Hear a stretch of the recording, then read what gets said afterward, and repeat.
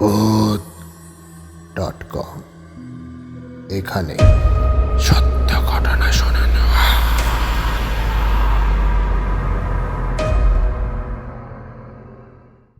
Welcome back to ভূত.com। ভূত.com-এর 17 নম্বর এপিসোডে আপনাদের সকলকে স্বাগত। আজকে 31শে ডিসেম্বর 2024, আর কিছুক্ষণের মধ্যেই নতুন বছর আসতে চলেছে। তাই ভূত.com-এর পক্ষ থেকে আপনাদেরকে জানাই অগ্রিম শুভেচ্ছা।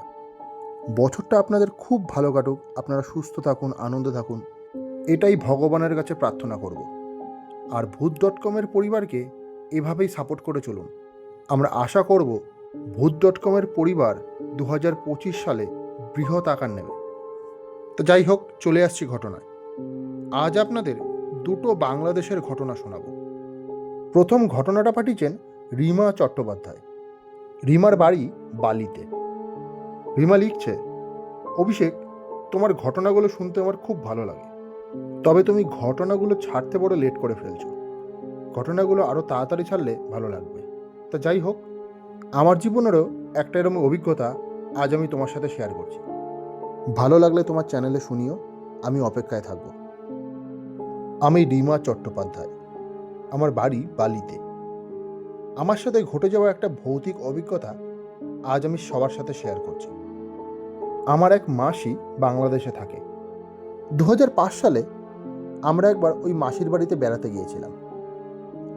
আমার মাসির বাড়ি পাবনা জেলার একটি গ্রামে। মাসির আর গ্রামের নাম আমি এখানে বলছি না এই কারণে, কারণ মাসিরা এখনও ওই গ্রামেই থাকে। যে সময় আমি মাসির বাড়ি গিয়েছিলাম তখন আমি খুব ছোট, আর সেই সময় মাসিরা খুব গরিব ছিল। মাসিদের একটা ভাঙা টিনের ঘর ছিল, যার মধ্যে ছিল দুটো ছোট ছোট রুম। মাসির এক ছেলে আর এক মেয়ে। আমরা যে সময়টা গিয়েছিলাম ওই সময় ছিল শীতকাল, আর শীতকালে গ্রাম দেখতে বেশ ভালো লাগে। আমার বাবা, মা, মাসি, মেশোরা একটা রুমে থাকতো, আর আমি দিদি আর দাদার সাথে আরেকটা রুমে থাকতাম। প্রথম দুদিন দাদা দিদির সাথে গোটা গ্রামটা ঘুরে বেশ ভালোই কেটেছিল। ঘটনাটা ঘটে ঠিক তৃতীয় দিন রাতে খাওয়া দাওয়া সেরে শুয়ে পড়েছি।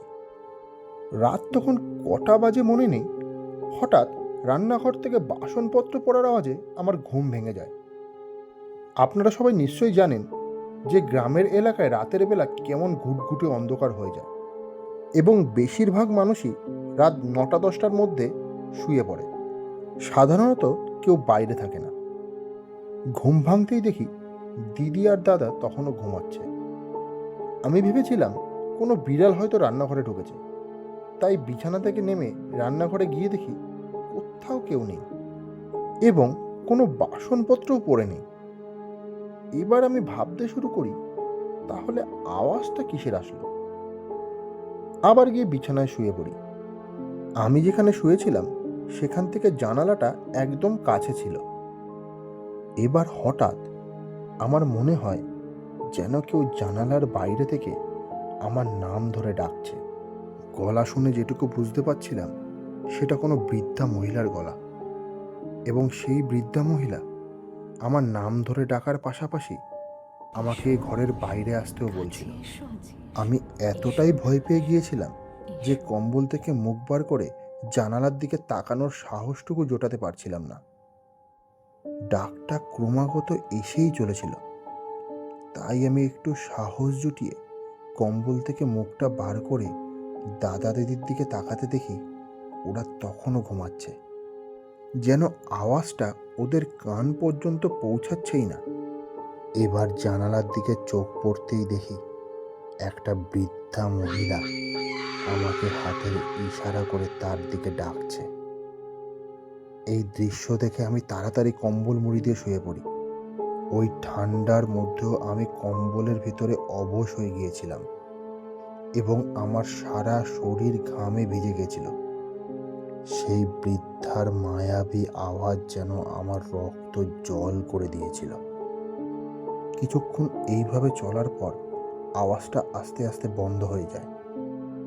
কখন যে ঘুমিয়ে পড়েছিলাম খেয়াল নেই। পরের দিন আমি বাড়ির সবাইকে ঘটনাটা খুলে বলি।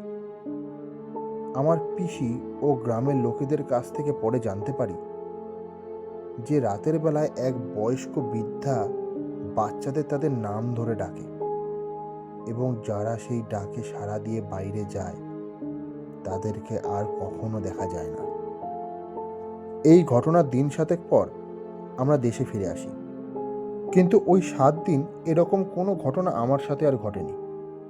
তারপর আর এখনো পর্যন্ত আমার পিসি বাড়িতে যাওয়া হয়নি।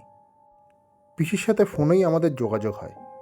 পিসির কাছ থেকে শুনেছি সেই বৃদ্ধা মহিলার আতঙ্ক আজও সেই গ্রামে রয়েছে। ঘটনাটা খুবই ভালো লাগলো রিমা।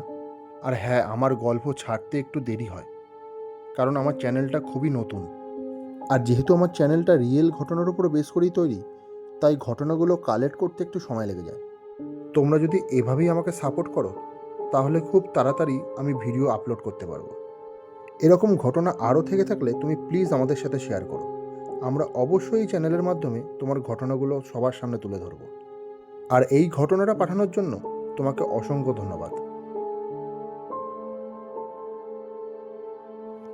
চলে আসছি পরবর্তী ঘটনা। পরের ঘটনাটা যিনি পাঠিয়েছেন তিনি বাংলাদেশেই থাকেন। তিনি লিখছেন, অভিষেক ভাই, তোমার প্রথম এপিসোড থেকে ঘটনাগুলো আমি সব কটা শুনেছি। তোমার ঘটনাগুলো শুনতে আমার বেশ ভালো লাগে। আর তোমার চ্যানেলে বাংলাদেশ থেকে আমিই প্রথম যে কোনো ঘটনা শেয়ার করছি। আমি আশা করব তুমি আমার ঘটনাটা তোমার চ্যানেলে অবশ্যই শোনাবে। কিছু ব্যক্তিগত কারণে আমি আমার নিজের নাম ঘটনায় উল্লেখ করছি না। আমার বাড়ি ঢাকা শহরে। আমার বাড়িটা একটু পুরনো আদলের। আমাদের 3 তলা বাড়ি। আর আমাদের পরিবারটা যৌথ পরিবার। আমার বাবা, আমার 2 চাচা, চাচার ছেলেমেয়েরা সব আমরা একই সাথে থাকি। আমাদের প্রথম তলায় রয়েছে রান্নাঘর, তার সাথে কিছু বেডরুম। দ্বিতীয় তলায় রয়েছে ডাইনিং এবং তার সাথে কিছু বেডরুম। আর তৃতীয় তলায় রয়েছে গেস্ট রুম। আমাদের গেস্ট রুমটা সবসময় বন্ধই থাকে। আর নিচতলায় মানে গ্রাউন্ড ফ্লোরে রয়েছে আমার বাবার ক্লিনিক। আমার বাবা একজন গাইনোকোলজিস্ট। আমার নানিও একজন গাইনোকোলজিস্ট ছিলেন। আমার নানি যে সময় গাইনোকোলজিস্ট ছিলেন সেই সময় আমাদের 3 তলার গেস্ট রুমটা ছিল নানির ছোট্ট নার্সিংহোম। সেখানে গর্ভবতী মহিলাদের ডেলিভারিও করানো হতো। আপনারা অবশ্যই জানেন 90 দশকে গর্ভবতী মহিলাদের মৃত্যুর হার এখনকার তুলনায় অনেক বেশি ছিল। তাই আমাদের পরিবার মৃত্যুর সাথে অপরিচিত ছিল না। নানির ক্লিনিক ছাড়ার পর থেকে সেই রুমে আর কেউ যেত না। আমি আমার চাচার ছেলেমেয়েরা যখন ছোট ছিলাম সেই সময় থেকেই আমরা 3 তলার ঘর থেকে আসবাবপত্র নাড়াচাড়ার শব্দ শুনতে পেতাম। এবং পরীক্ষা করার জন্য আমরা একাধিকবার 3 তলায় উঠেছি, কিন্তু সেখানে কিচ্ছু দেখতে পেতাম না। ঢাকা শহরে আমাদের পরিবার ধনী পরিবারের মধ্যে একজন। আর আমাদের বাড়িতে 24 ঘন্টা নিরাপত্তাও আছে। তাই কোনো চোর ডাকাতের আমাদের বাড়ি প্রবেশ করাও খুব কঠিন। আমি ছোটবেলা থেকেই আমাদের বাড়িতে খুব খারাপ ভাইবস পেতাম, যেটা বড় হওয়ার সাথে সাথে আস্তে আস্তে বাড়তে শুরু করে। যেন মনে হতো কেউ যেন সব সময় আমাকে নজর রাখছে। এবং আমি এলোমেলো কণ্ঠস্বরও শুনতে পেতাম, যেন কেউ আমার নাম ধরে ডাকছে। আমি ঘুমের ঘোরে প্যারালাইজ হয়ে যেতাম। আমি সবসময় ঘুমের ঘোরে একটা মেয়েকে দেখতে পেতাম। মেয়েটার রং ফ্যাকাশে। মেয়েটা সাদা নাইটি পরে থাকতো। ঘুমের ঘোরে যখন প্যারালাইজ হয়ে যেতাম তখন মেয়েটাকে আমার আশেপাশে বসে থাকতে দেখতাম। একটু হাত পা নাড়ানোর চেষ্টা করলেই মেয়েটা উধাও হয়ে যেত। এরকমই একদিন রাতের বেলা শুয়ে আছি। এমন সময় আমার অস্বস্তি বোধ হওয়ায় আমার ঘুম ভেঙে যায়। চোখ খুলতে দেখি নাইটি পরা সেই ফ্যাকাশে মেয়েটা আমার বুকের উপরে বসে আছে। কিন্তু আমি ভেবেছিলাম এটাও বাস্তব নয়, আর আমি হাত পা একটু নাড়ালেই মেয়েটা আবার চলে যাবে। তাই একটু হাত পা নাড়ানোর চেষ্টা করলে আমার বাঁ হাতটা গিয়ে মেয়েটার গায়ে ঠেকে। মেয়েটার গায়ে ঠেকা মাত্র আমার সারা শরীর ভয়ে ভার হয়ে যায়। আমি চোখ বন্ধ করে কুরআন পড়তে শুরু করি। কিছুক্ষণ পর চোখ খুলতে দেখি মেয়েটা নেই। ততক্ষণে ঘামে আমার সারা শরীর ভিজে গেছিল। আমি আমার মা, বাবা, চাচা সবাইকেই বলেছি, কিন্তু তারা আমার কথার কোনো জবাব দিত না। এরকমই আরেকটা ঘটনা ঘটে আরেকদিন রাতে। আমি বরাবর মশারি টানিয়ে শুতাম। আমার চাচার ছেলেমেয়েরা মশারি টানাতো না, শুধুমাত্র আমি মশারি টানিয়ে শুতাম। একদিন রাতে শুয়ে আছি, কিছুতেই ঘুম আসছিল না। এদিক ওদিক তাকাতে তাকাতে বোনের বিছানার দিকে তাকাতে দেখি একটা নারী ছায়ামূর্তি বোনের বিছানার ওপর বসে আমার দিকে তাকিয়ে আছে। ভয়ে আমি চেঁচিয়ে দাদাদের ডাকতে যাব, এমন সময় দেখি আমার বিছানার মশারিটা একা একাই হাওয়ায় ভেসে উঠল। যেন মনে হলো মশারি তুলে কেউ আমার বিছানায় প্রবেশ করলো। আমি এতটাই ভয় পেয়ে গিয়েছিলাম যে আমার গলার স্বর বন্ধ হয়ে যায়। আমি আমার দাদাদের পর্যন্ত ডাকতে পারছিলাম না। এবার আমার মনে হয় কেউ যেন আমার কানের পাশে জোরে জোরে নিঃশ্বাস নিচ্ছে। ভয়ে আমি থর থর করে কাঁপতে থাকি এবং তারপর আমার আর কিছু মনে ছিল না। যখন জ্ঞান ফেরে তখন সকাল হয়ে গেছে। আমার মা, আমার বাবা, আমার চাচারা সব গোল করে আমাকে ঘিরে দাঁড়িয়েছিল। আমার গায়ে তখন ধুম জ্বর। আমি বাড়ির সবাইকে সমস্তটা খুলে বললে এবার বাড়ির সবাই আমার কথায় বিশ্বাস করে। সেদিনই আমাকে মসজিদে এক পীর বাবার কাছে নিয়ে যাওয়া হয়। তিনি আমাকে একটা তাবিজ পড়তে দেন।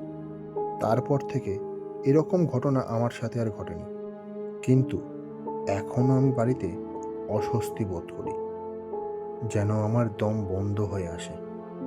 এর থেকে কবে আমি নিস্তার পাবো আমি জানি না।